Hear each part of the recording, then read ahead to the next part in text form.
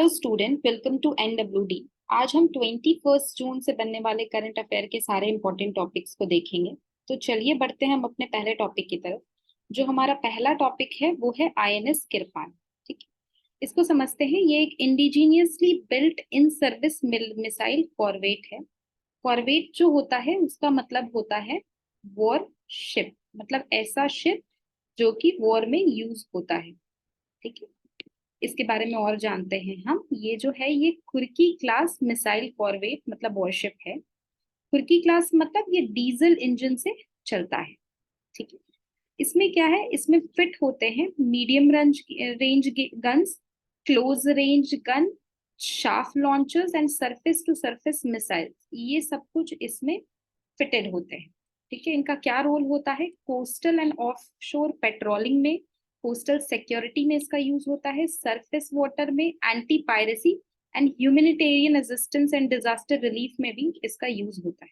अच्छा, ये जो वॉरशिप है, ठीक है, ये न्यूज में क्यों रहा, तो इसको हम थोड़ा सा समझेंगे। ये न्यूज में इसलिए रहा क्योंकि अभी रिसेंटली इंडिया ने क्या किया है, इंडिया ने ये जो कॉर्वेट है INS किरपान, इसको वियतनाम को गिफ्ट किया है उसकी नेवल कैपेबिलिटीज को बढ़ाने के लिए। मैप में अगर लोकेशन देखे तो इंडिया यहाँ पर है, ठीक है, और म्यांमार यहाँ पर है। ठीक है, इससे इंडिया एंड म्यांमार की रिलेशन है वो भी इम्प्रूव होंगे। नेक्स्ट टॉपिक को देखते हैं। नेक्स्ट टॉपिक जो हमारा है वो है हिंद कुश हिमालयस। हिंद कुश हिमालयस, हिंद कुश हिमालयस जो है वो बहुत सारा एक लार्ज वॉल्यूम में आइस एंड स्नो अपने साथ कैरी करता है।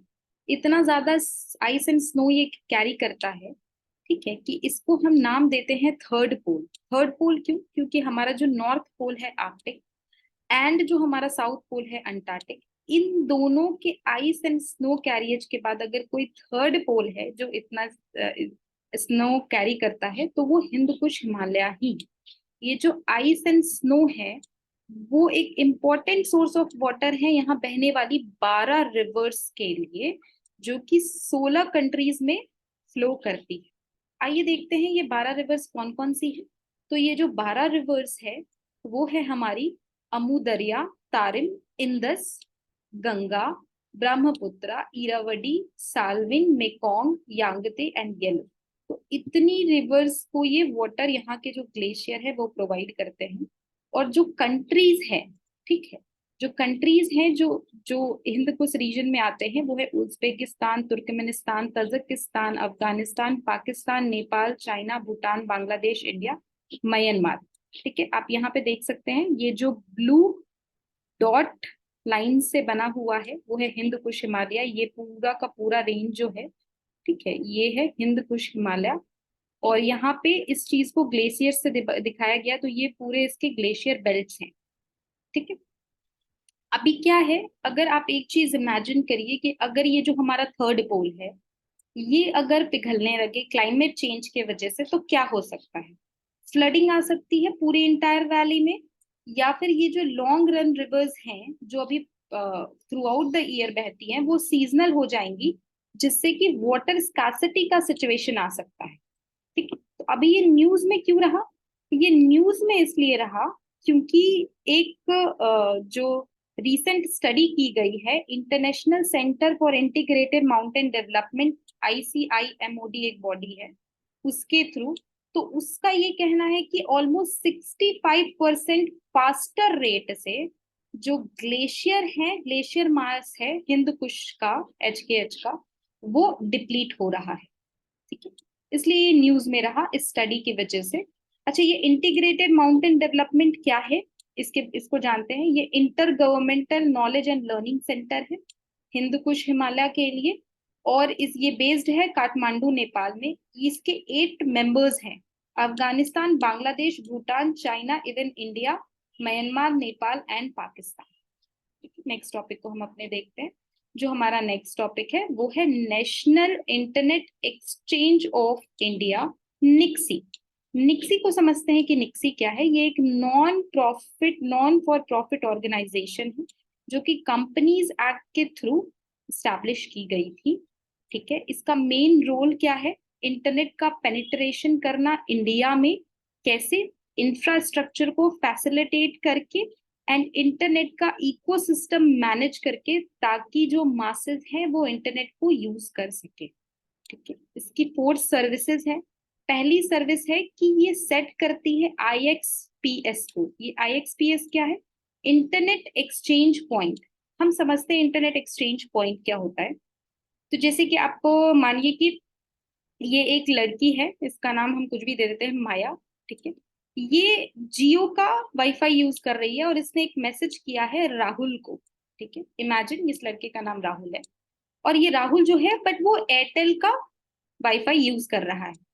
तो जो ये मैसेज करेगी, ठीक है, ये जियो के नेटवर्क को होते हुए जाएगा, मतलब जियो के जितनी भी लाइंस है, ठीक है, नेटवर्क लाइंस, उस पे ये मूव करेगा। Same with Rahul.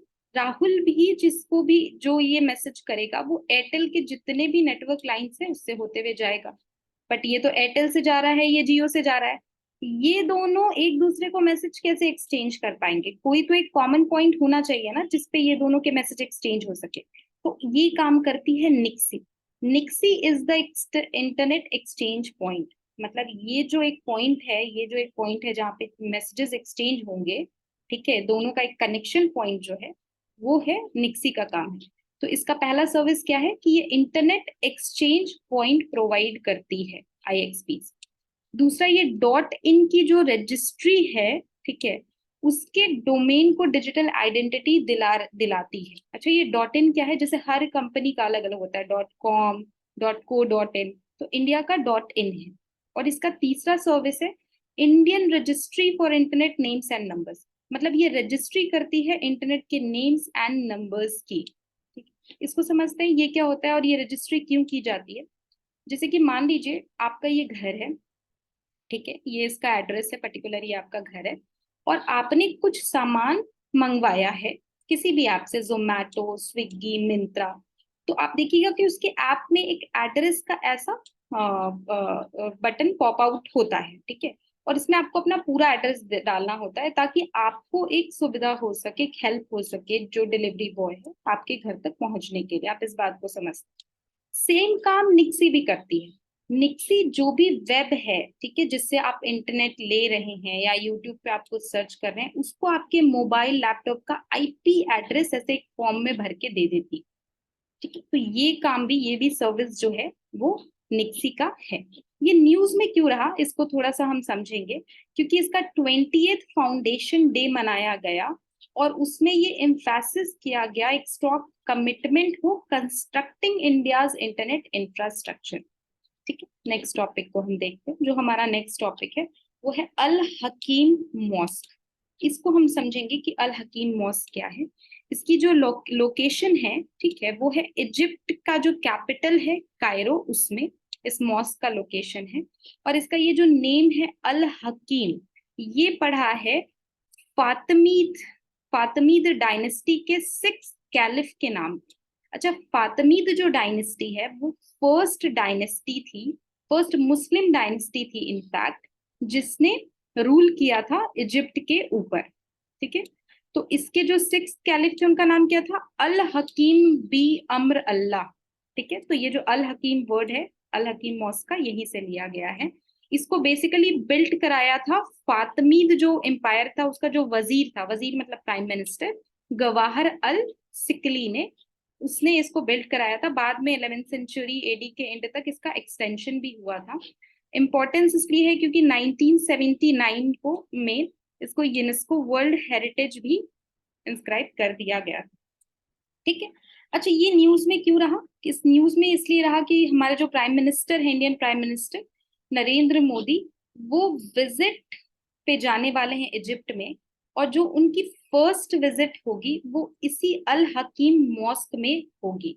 ठीक है, और इसकी इस मॉस्क के रीस्टोरेशन के लिए, क्योंकि हमारे जो PM है वो जा रहे हैं, इसका जो जिम्मेवारी दिया गया है वो है दबूदी बोहरा कम्युनिटी, एक दबूदी बोहरा कम्युनिटी है, उसको इसकी जिम्मेवारी दी गई है।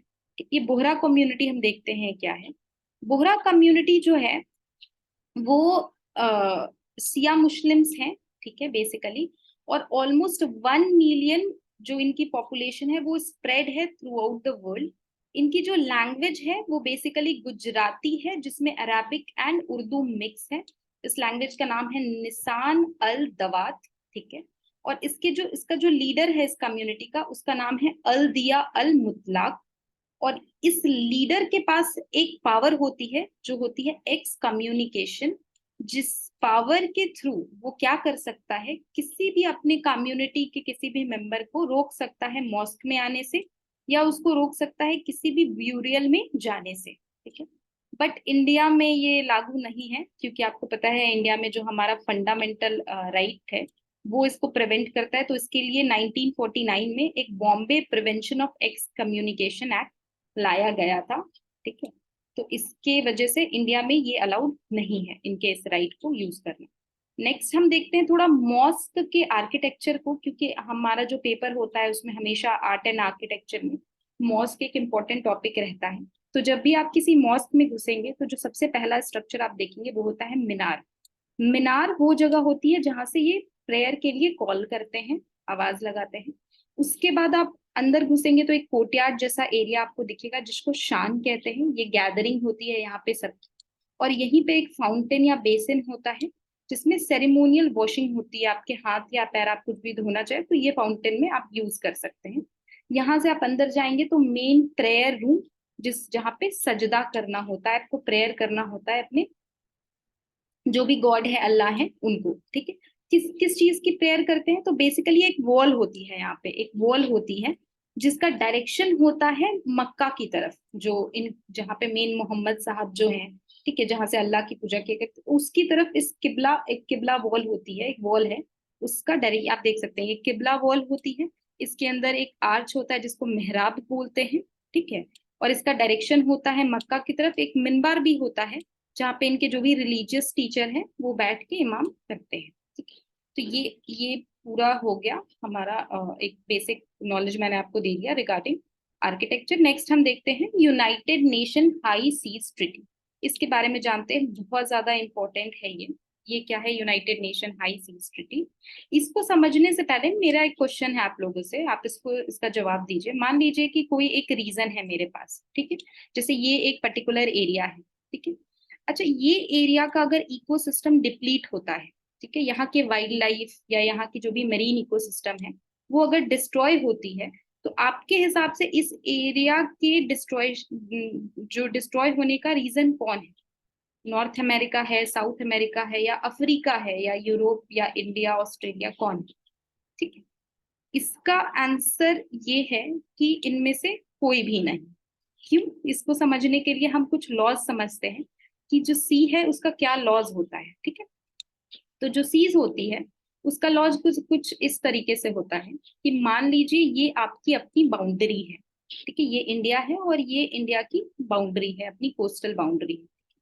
तो इस कोस्टल बाउंड्री से जो 12 नॉटिकल माइल है ये आपकी अपनी टेरिटोरियल सी होती है। यहाँ आपके देश में जो कानून लगेगा वो सारा कानून यहाँ पे लगेगा, ये आपकी अपनी सी, ठीक है।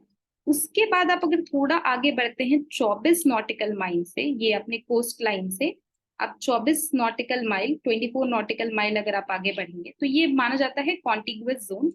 मतलब अगर बाहर की कोई शिप आ रही है या आपके अपने कंट्री का कोई इंसान ट्रेड कर रहा है, तो जो भी टैक्स का काम है या क्लीनिंग का काम है या कुछ भी है, तो ये 24 नॉटिकल माइल तक आप कर सकते हैं, ठीक है। उसके बाद जो 200 नॉटिकल माइल है, ठीक है, ये 200 नॉटिकल माइल, ये होता है एक्सक्लूसिव इकोनॉमिक जोन, ईईज है। इसको इकोनॉमिक प्रॉपर्टीज के लिए, काम के लिए बस यूज किया जा सकता है। जैसे आपको एक्सप्लॉइट करना है ये पर्टिकुलर जगह को, यहाँ से ऑयल है और आपको वो निकालना है, ठीक है, या फिशिंग करनी है, मछलियां पकड़नी है, तो आप ये 200 नॉटिकल माइल तक इकोनॉमिक एक्टिविटीज कैरी ऑन कर सकते हैं। इसके बाद का क्या, ये तो समझ में आ गया कि 12 नॉटिकल माइल, 24 और 200 तक ही अपना जो भी है किसी कंट्री का होता है। उसके बाद क्या होता है? उसके बाद होता है हाई सी। हाई सी मतलब ये एरिया किसी का भी नहीं है। ये ये मतलब नेचुरल है, ये कोई भी कंट्री इस पे अपना हक नहीं दिखा सकती, ठीक है। तो थोड़ा हम समझते हैं, वर्ल्ड के मैप में भी देखते हैं। अगर आप वर्ल्ड के मैप में अगर इसको देखेंगे तो ये जो भी लाइट ब्लू से किया हुआ एरिया है, ये पूरा ये लाइट ब्लू एरिया, यहाँ पे आप देखिए ये हाई सी है, ये किसी का नहीं है। और डार्क ब्लू वाला एक्सक्लूसिव इकोनॉमिक जोन है। तो अभी रिसेंटली क्या हुआ है, जो मरीन साइंटिस्ट हैं उन्होंने 9 हाई प्रायोरिटी एरियाज को सेलेक्ट किया है, ठीक है, जिनकी प्रोटेक्शन की जरूरत है इनके ओशियन इकोसिस्टम की, क्योंकि ये बायोडाइवर्सिटी का बहुत बड़ा हिस्सा है और कार्बन डाइऑक्साइड जो एटमॉस्फेयर में है उसको कैप्चर करते हैं फोटोसिंथेसिस के थ्रू, और ऑक्सीजन प्रोडक्शन के लिए ये बहुत इंपॉर्टेंट एरिया है। तो ये 9 एरियाज जो हाई प्रायोरिटी एरियाज है कौन कौन है हम देखेंगे। थर्मल डोम, ये रेड से मार्क्ड है, मरीन प्रोटेक्टेड एरिया जितने हैं। Sargasso Sea, Salas and Gomez Island, Nazca Ridge, Walvis Ridge, Saya de Malha, Emperor Seamounts, Lord Howe Rise and South Tasman Sea. तो ये 9 हाई प्रायोरिटी एरियाज जो है वो अभी साइंटिस्ट ने निकाला है, ठीक है। तो इससे रिलेटेड ये न्यूज में क्यों था, ये हम थोड़ा अब समझते हैं। ये न्यूज में इसलिए रहा क्योंकि जो यूनाइटेड नेशन है उसने एक ट्रिटी साइन कर ली है, ठीक है। उस ट्रिटी के तहत ये कहा गया है कि ये जितने भी प्रोटेक्टेड एरिया है एटलीस्ट 30% जो है उसको 2030 तक, ठीक है, प्रोटेक्ट करने की कोशिश की जाएगी। उसके ऊपर से एक लीगल फ्रेमवर्क भी निकाला जाएगा इस मरीन प्रोटेक्टेड एरियाज को प्रोटेक्ट करने के लिए, क्योंकि आपने देखा होगा इसमें बहुत सारे जो एरियाज हैं वो हाई सी में बिलोंग करते हैं। जैसे ये लॉस्ट सी है, ये हाई सी में बिलोंग करता है, तो इसका कोई भी लॉज नहीं है, ठीक है। या वाल्विस रिज है, ये सब इन लोगों के लिए कोई लॉज नहीं है। तो एक फ्रेमवर्क भी बनाया जाएगा ताकि ये चीज देखा जा सके कि इनको किस तरीके से प्रोटेक्ट करना है। एक लॉज, एक लीगल फ्रेमवर्क इसके लिए तैयार किया जाएगा, ठीक है। ये क्यों इंपॉर्टेंट है, ऑब्वियसली ये जो मरीन इकोसिस्टम आप देख रहे हैं इसकी प्रोटेक्शन बहुत ज्यादा जरूरी है, क्योंकि क्लाइमेट चेंज, ग्लोबल वार्मिंग का इन पर भी इफेक्ट हो रहा है, ठीक है। नेक्स्ट टॉपिक को देखते हैं। नेक्स्ट जो हमारा टॉपिक है वो है highlights of digital India act 2023, ठीक है। इसको समझने से पहले मैं आपको एक कॉन्सेप्ट समझाना चाहती हूँ। वो कॉन्सेप्ट ये है कि एक जो बिल होता है, ठीक है, और एक जो एक्ट होता है, तो ये बिल और एक्ट में क्या डिफरेंस होता है, ठीक है। तो मान लीजिए कि हमारा जो पार्लियामेंट है वो 3 चीजों से मिलके बना होता है। एक होता है लोकसभा, एक होता है राज्यसभा, और एक होता है हमारा प्रेसिडेंट, ठीक है। तो अब मान लीजिए कोई भी डॉक्यूमेंट, कोई भी एक लॉ है, किसी ने लिख के लाया, बहुत सारे रूल्स रेगुलेशन ये लिख के लाया कोई इंसान, ठीक। अब ये रूल्स एंड रेगुलेशन जब लिख के लाया तो सबसे पहले वो किसी एक हाउस में जाएगी, मान लीजिए ये लोकसभा में जाती है, ठीक है। तो लोकसभा के जब मेजोरिटी ऑफ द मेंबर इस लॉ को पास कर देंगे, ठीक है, तो ये फिर जाएगी किधर, ये जाएगी राज्यसभा में।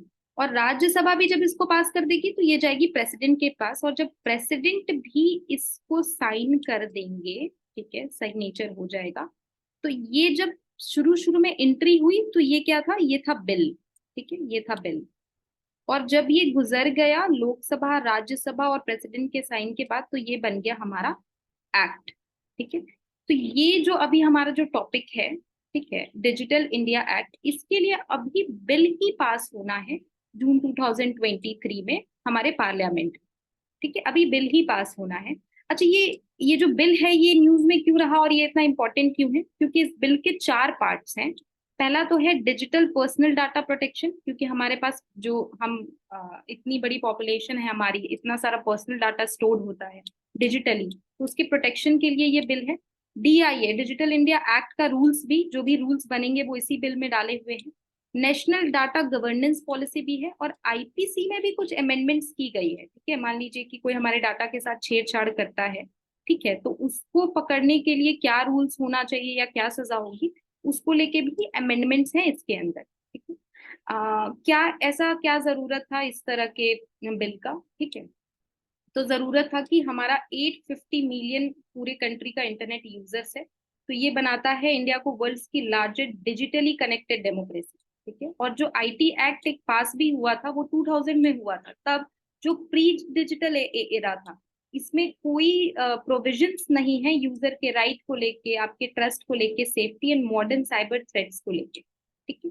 सो ग्रोइंग साइबर क्राइम्स और डिसइंफॉर्मेशन और प्राइवेसी कंसर्न्स को देखते हुए इस तरह के लेजिस्लेशन की जरूरत है। तो हम इसको फॉलो अप में रखेंगे, हम देखेंगे कि ये कब एक्ट बनता है, ठीक है। अभी तो फिलहाल ये बिल ही है। नेक्स्ट हम मूव करते हैं हमारा क्वेश्चन ऑफ द डे की तरफ। तो मैंने कल का जो वीडियो शेयर किया था, उस वीडियो में मैंने रीफ शार्क से रिलेटेड आपको पढ़ाया था।